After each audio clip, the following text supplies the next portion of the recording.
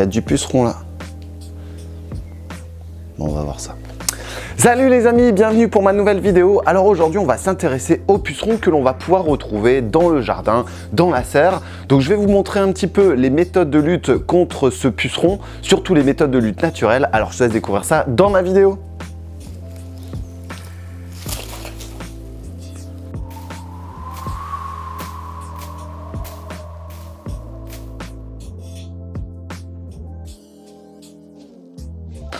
Alors bienvenue dans ma vidéo. Aujourd'hui on va parler du puceron puisque j'en ai dans la serre. Alors forcément c'est un prédateur assez redoutable dans le potager, mais aussi sur les arbres, sur les arbustes, sur les plantes à fleurs. Enfin bref, ce puceron on va faire en sorte de le conserver. Forcément je vous expliquerai l'intérêt tout à l'heure, mais on va faire en sorte aussi qu'il ne prolifère pas de manière trop importante au niveau de sa serre surtout et de son potager. Alors on va faire un petit point sur le puceron. Alors le puceron est un insecte piqueur-suceur qui va se déposer sur les nombreuses plantes du potager pour pouvoir y manger la sève. En mangeant cette sève, il va développer un miella que les fourmis vont s'empresser d'aller récupérer et enfin de protéger. Et donc là ici on va parler d'osmose entre la fourmi et également le puceron. Il faut savoir que dans le monde on va trouver environ 5000 espèces. Donc vous allez avoir la possibilité dans votre jardin de retrouver différentes couleurs de pucerons, des roses, des verts, des noirs, des gris, des blancs, enfin bref, tout un tas de pucerons qui vont se développer sur les plantes. Il faut savoir qu'au début, la femelle puceron n'aura pas d'ailes. Et le fait qu'elle n'ait pas d'ailes, elle va pondre des œufs qui donneront naissance à des nymphes et créeront un petit foyer de pucerons qui permettra par la suite, en revanche, d'avoir à la fois des mâles, d'avoir des femelles avec des ailes qui vont permettre justement la propagation au milieu de votre jardin ou alors de votre serre. Donc là ici, j'ai remarqué la présence de pucerons à la fois sur mes salades, un petit peu sur les tomates, pas encore sur les brocolis et tant mieux. Cependant, c'est un cycle normal. On va voir juste après les méthodes de lutte contre ce puceron. Ah, une coccinelle, tiens. Et du puceron, ça tombe bien. Donc comme je vous le disais tout à l'heure, les pucerons, on va les retrouver sur un ensemble de végétaux. Et forcément, c'est les végétaux que l'on va apprécier.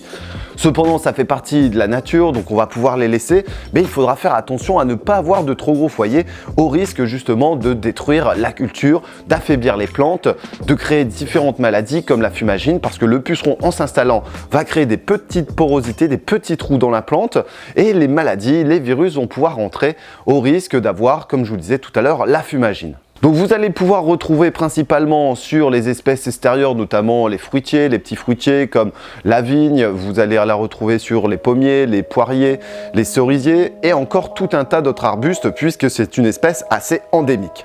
Concernant maintenant les insectes auxiliaires, alors d'où l'importance de diversifier à la fois les cultures pour attirer au maximum les différents insectes. Vous allez avoir la possibilité d'installer des hôtels à insectes qui va permettre d'attirer des mauvais insectes mais aussi des bons insectes. Et c'est le fait, et c'est le plus important ici, c'est d'avoir une régulation entre les bons et les mauvais.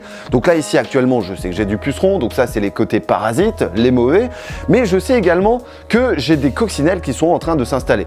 Les coccinelles c'est les premiers que j'ai vus, ensuite on va avoir des cirfes, on va avoir des guêpes parasitoïdes et donc tous ces insectes, tous ces micro-organismes vont se débarrasser naturellement, donc j'aurai aucune action à effectuer dans ma serre même si je sais que j'ai du puceron à l'intérieur. Le cycle se fait naturellement. Alors généralement ça démarre sur les artichauts en extérieur. Là ici, avec les conditions météorologiques, je sais que j'en ai un petit peu, mais beaucoup moins que dans la serre. Donc là ici, au niveau des salades, si je prends par exemple une feuille ici, alors on le voit bien, on voit ici des mues de pucerons et également du puceron sur l'intégralité de ma feuille. Alors comment arrive le puceron? Ça va être assez simple.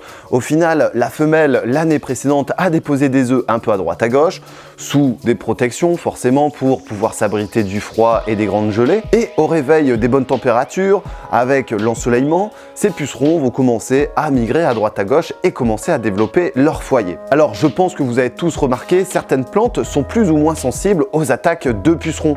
Généralement les plantes aromatiques le sont beaucoup moins. En revanche, les plants potagers, les plants maraîchers le sont davantage. D'où l'intérêt, comme je vous le disais tout à l'heure, de diversifier au maximum, que ce soit pour la faune, mais également pour la flore. C'est pour ça que dans la serre, tout est fait pour faire en sorte que justement les proliférations de ces pucerons soient limitées, en mettant à la fois du basilic, en mettant de la verveine citronnée, en attirant les pucerons sur des espèces qui vont être plus sensibles, comme ça on va pouvoir les supprimer et évacuer justement ce foyer de pucerons. On va mettre également de la tagette, on va également disposer de la capucine, enfin bref, on améliore la biodiversité, entre guillemets, la micro-biodiversité dans ma serre, mais également dans le potager.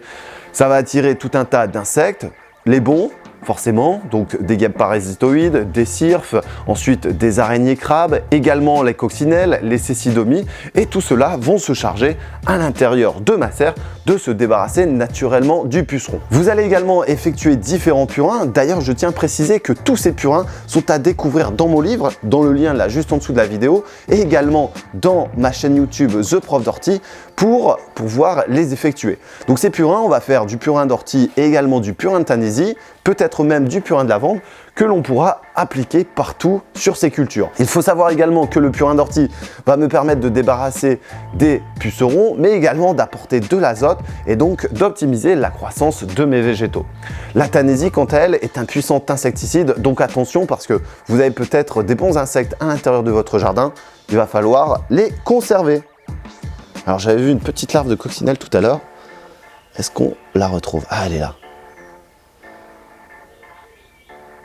Alors il existe d'autres formes de prédateurs au travers du potager, cependant le puceron, c'est l'interrogation, la question que l'on me pose le plus souvent, comment tu fais pour se débarrasser des pucerons? Alors en soi, je ne fais pas grand chose, mis à part les purins et la vérification des bons auxiliaires, c'est-à-dire des bons insectes dans ma serre et dans le potager.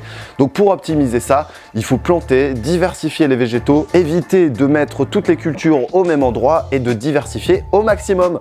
Alors ça va être à vous de jouer, dites-moi un petit peu si vous avez des attaques de pucerons à la maison et comment vous faites surtout pour vous en débarrasser. Tu mets ça en commentaire dans la vidéo. Je vous dis à très bientôt les amis, on peut faire un petit pouce bleu et partager la vidéo. Moi je vais aller faire une petite chasse aux pucerons et aussi aux coccinelles, comme ça je pourrais les voir.